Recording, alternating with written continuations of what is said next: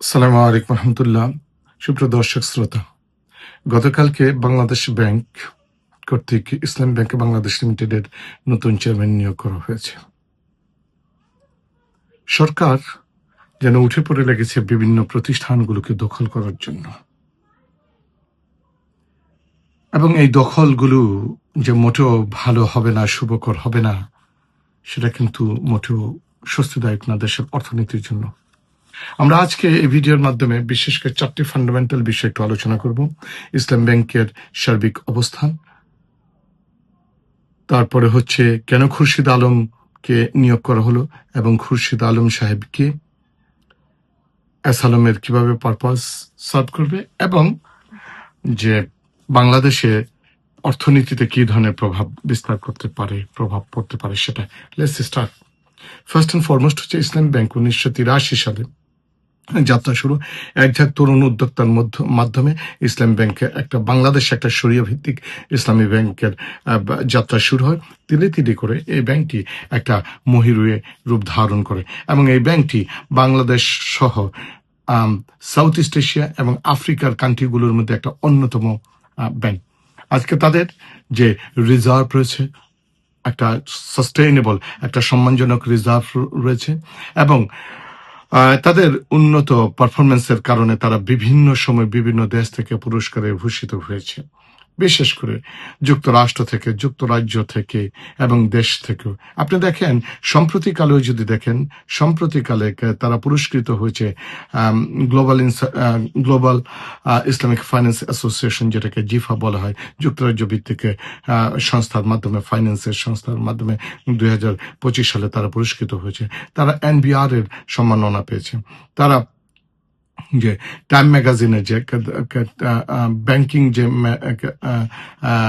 যেটা ম্যাগাজিন রয়েছে, ব্যাংকিং ম্যাগাজিনের 1000 ব্যাংকের মধ্যে তারা অবস্থান করে নিয়েছে।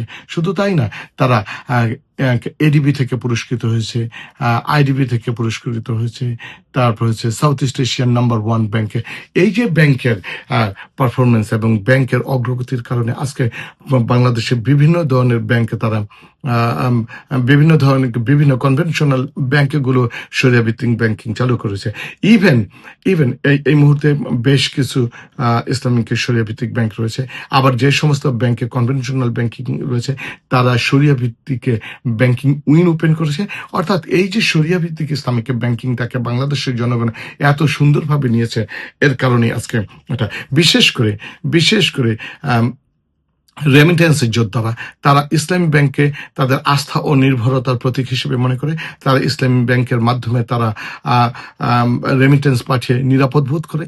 তারা ব্যাংকের উপরে, ইসলামী ব্যাংক বাংলাদেশ লিমিটেডের উপরে তাদের আস্থা রেখেছে, এবং ইসলামী ব্যাংকও তাদের অত্যন্ত যোগ্যতা, সততার সাথে তাদের আমানতগুলোকে, রেমিটেন্স যোদ্ধা এবং বাংলাদেশি গ্রাহকদের আমানতকে গচ্ছিত রেখে এবং সময় মোতাবেক তারা ফেরত দেয়। একটা ইসলামী ব্যাংক গোটা বাংলাদেশের অর্থনীতিতে এক অভূতপূর্ব নাম, একটি সাফল্যের স্বর্ণ শিখরে পৌঁছেছে, এবং দেশবাসী জনগণের, আপামর জনগণের 18 কোটি মানুষের মনের মণিকোঠায় তারা আস্থা ও নির্ভরতার প্রতীকে পরিণত হয়েছে। এই কারণে ইসলাম ব্যাংকের উপর বারবার বিভিন্ন ধরনের লোল উপদৃষ্টি আমরা বিগত সময় দেখেছি। বিগত আওয়ামী লীগের সময় দেখেছি যে এস আলম কিভাবে ইসলাম ব্যাংক বাংলাদেশ লিমিটেডকে দখল করেছিল। আমরা দেখেছি তারা 7টি ইসলামী ব্যাংকের মাধ্যমে, বিশেষ করে ইসলাম ব্যাংকে বাংলাদেশের এক উল্লেখযোগ্য শেয়ার তারা নিয়ে ইসলাম ব্যাংকে ফুতুর করার চেষ্টা করছে, এবং 2024 সালে পট পরিবর্তনের পরে ইসলাম ব্যাংক আবার নতুন করে ঘুরে দাঁড়ানোর শুরু করে এবং একটা স্টেবল পজিশনে পৌঁছেছে। একটা ভঙ্গুর অবস্থান থেকে অতি দ্রুত অল্প সময়ের মধ্যে একটা স্টেবল অবস্থায় পৌঁছেছে। এই অবস্থা বর্তমান গভর্নমেন্টের ভাল লাগতেছে না। কিভাবে এই ব্যাংকটাকে দখল করা যায় তারই পায়তারা শুরু করেছে। আমরা বিগত কিছুদিন আগে, মাসখানেক আগে দেখলাম এস আলমের গুন্ডা পান্ডা বাহিনীরা তারা এই ব্যাংকটাকে পুনরায় দখল করার জন্য এক ইসলাম ব্যাংকের হেড অফিসের সামনে দিলকুশাতে মব করলো। এবার দেখেন যে কিভাবে একই কায়দায় আমরা যদি একটু ইসলাম ব্যাংকের তৎকালীন এস আলম যেভাবে ব্যাংকটাকে দখল করেছিল, ঠিক একই কায়দায় বর্তমান গভর্নমেন্ট এই খুরশিদ আলমকে নিয়োগের মাধ্যমে দখলের একটা পায়তারা করেছে। দেখেন, ডিজিআইএফ এর মাধ্যমে এস আলম ইসলাম ব্যাংকটাকে দখল করেছিল রাতের অন্ধকারে, এবং ভোর রাতে তারা বোর্ড মিটিং করেছিল। এবং যখন এটাকে দখল করা হয়, ওই দিন ছিল বৃহস্পতিবার বা সরকারি একটা ছুটির দিন। এর পরবর্তীতে কয়েকটা সর্বশেষ কর্মদিবস, এর পরবর্তীতে কয়েকটা ছুটির দিন ছিল। ঠিক একইভাবে দেখেন, গতকালকে ছিল সর্বশেষ কর্মদিবস ব্যাংকের, এবং তারা সন্ধ্যার সময় তারা ইসলাম ব্যাংকের নতুন চেয়ারম্যান ঘোষণা করলো। তারা যাতে করে আগামী এক সপ্তাহ, বিশেষ করে ঈদের ছুটি রয়েছে, এই এক সপ্তাহে যাতে তারা জনগণের জনরোষে না পড়ে, এর জন্য।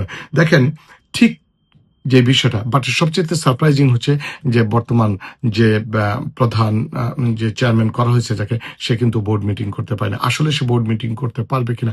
চেয়ারম্যান নিয়োগ দোষের কিছু নয়, চেয়ারম্যান নিয়োগ হবে বোর্ডের মাধ্যমে, অ্যাপ্রুভাল হবে, তারা সেন্ট্রাল ব্যাংকে যাবে, এটা কিন্তু সেন্ট্রাল ব্যাংক একতরফা ভাবে চাপিয়ে দেওয়া, এটা কখনোই সুন্দর নয়। আচ্ছা, কাকে এবার নিয়োগ করা হলো? তাকে নিয়েই সমস্ত কোশ্চেন। নিয়োগ করা হলো যে খুরশিদ আলম সাহেবকে, যিনি আওয়ামী লীগের সময় বাংলাদেশ ব্যাংকের ডেপুটি গভর্নর ছিল, এবং এই ডেপুটি গভর্নর থেকে তিনি এস আলমের পারপাস সার্ভ করেছে। এবং তিনি যখন বাংলাদেশ ব্যাংকের রংপুরের অফিস প্রধানের দায়িত্ব পালন করেছিল, তার বিরুদ্ধে 54 লক্ষ টাকা আত্মসাৎ করার অভিযোগ রয়েছে। এবং তার মেয়ে যখন রংপুরে ঘুরতে গিয়েছিল, সেই তার থাকা খাওয়ার যে বিল এসেছিল 33,000 টাকা, তিনি সেখানেও এই ব্যাংক থেকে এই বিল পরিশোধ করেছিল। এই খুরশিদ আলম সাহেবের বিরুদ্ধে যথেষ্ট রকমের অনিয়ম, অনাচার, আত্মসাতের অভিযোগ রয়েছে। তাহলে এমন লোককে কেন ইসলাম ব্যাংক বাংলাদেশ লিমিটেডের চেয়ারম্যান নিয়োগ করা হবে? আর কি বাংলাদেশে কোন স্বচ্ছ, দুর্নীতিমুক্ত, ক্লিন ইমেজের লোক ছিল না? এবং কেন এটা বোর্ডের মাধ্যমে প্রপার ওয়েতে নিয়োগ দেওয়া হবে না? এইটা হচ্ছে এখন এই খুরশিদ আলমকে নিয়োগের মধ্য দিয়ে তারা ইসলাম ব্যাংকের উপরে পুনরায় এস আলমের কর্তৃত্বকে বহাল রাখতে চায়, বহাল করতে চায়। এটা মোটেও শুভ হবে বলে মনে হয় না। এবার আসি, এবার আরেকটু, এবং এই দুর্নীতির কারণে, এই আত্মসাতের কারণে খুরশিদ আলম সাহেবকে ওএসডি করা হয়েছিল। শুধু তাই না, জুলাই বিপ্লবের পরে তাকে বাধ্যতামূলক অবসরে পাঠানো হয়েছে, এবং তাকে চাকরি থেকে ইস্তফা দেওয়া হয়েছিল। এমন একটা দুর্নীতিগ্রস্ত লোককে কেন ইসলাম ব্যাংক বাংলাদেশের মতো একটা স্বনামধন্য প্রতিষ্ঠানের চেয়ারম্যান পদে নিয়োগ করতে হবে? আপনার সারপ্রাইজিংলি একটা বিষয় দেখবেন, এই নিয়োগগুলোর মধ্যে যে সমস্ত প্রায় প্রতিটি নিয়োগ, এই অল্প সময়ের যে নিয়োগগুলো দেওয়া হয়েছে বিএনপি গভর্নমেন্ট, প্রত্যেকটা নিয়োগ নিয়ে কোশ্চেন হয়ে উঠেছে। বাংলাদেশ ব্যাংকের গভর্নর হিসেবে যাকে নিয়োগ করা হলো, মোস্তাকিমুর রহমান ছিল মোস্তাকিমুর রহমান ঋণ খেলাপি লোক ছিল, এবং গার্মেন্টস ব্যবসায়ী, তার ব্যাংক পরিচালনার বিন্দুমাত্র অভিজ্ঞতা নেই। সাউথ ইস্ট এশিয়ার প্রত্যেকটা সেন্ট্রাল ব্যাংকের গভর্নরগুলো যদি দেখবেন প্রত্যেকটা পিএইচডি।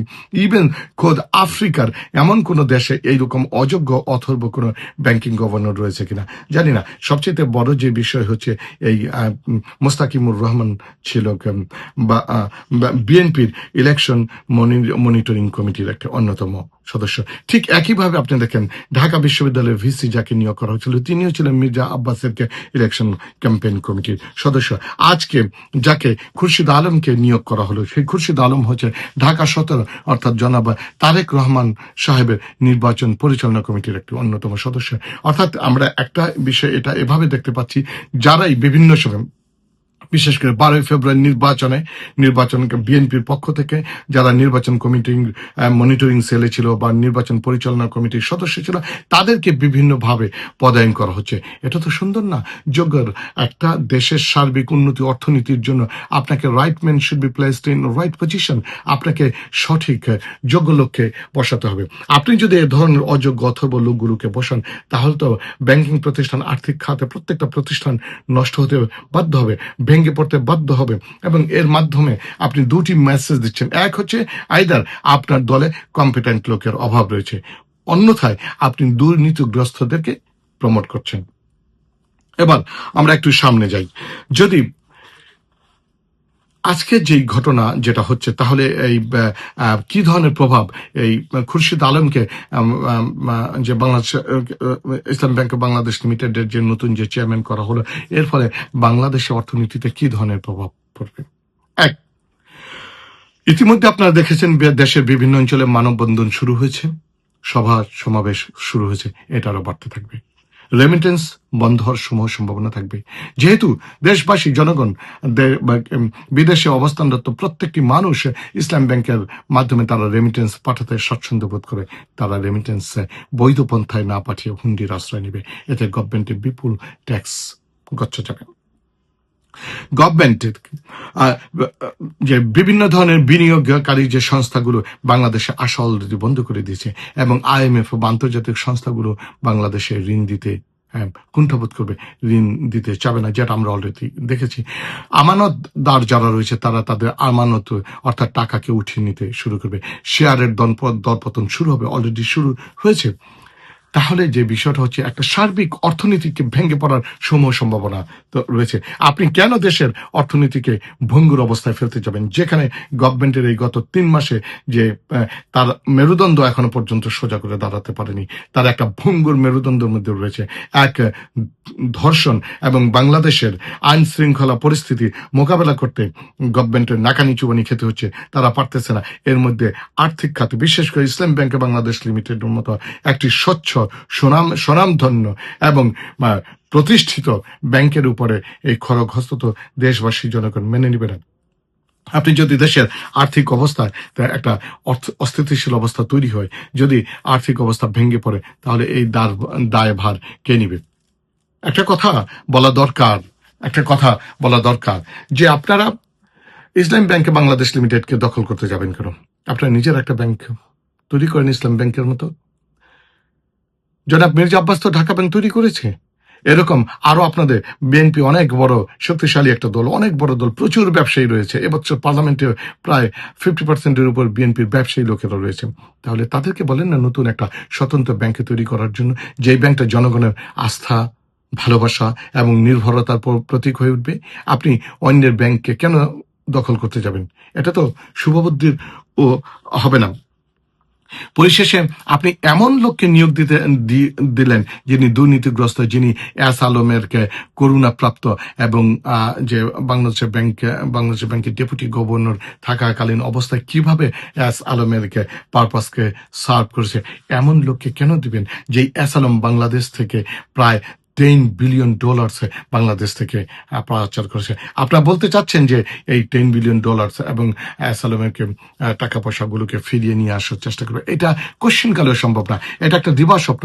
বাংলাদেশ থেকে যে টাকা পাচার হয়ে যায়, সেই টাকা বাংলাদেশের ইতিহাসে এখনো পর্যন্ত দেখা যায়নি যে সে টাকা দেশে ফেরত আনা সম্ভব হয়েছে।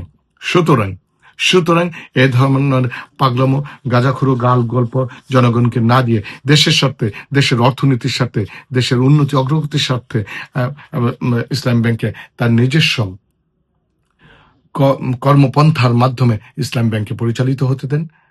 কম্পিটেন্ট যেই বোর্ড অফ ডাইরেক্টরস রয়েছে, যে বোর্ড রয়েছে, তাদের মাধ্যমে এই ব্যাংকটাকে পরিচালিত হতে দেন। আমরা আশা করব গভর্নমেন্ট এই যে দখল বাণিজ্য শুরু করেছে গত 3 মাসে, এটা দেশের জন্য স্বস্তিদায়ক নয়। এই দখল বাণিজ্য থেকে বেরিয়ে আসবে, এবং আমরা চাই right man should be placed in right position.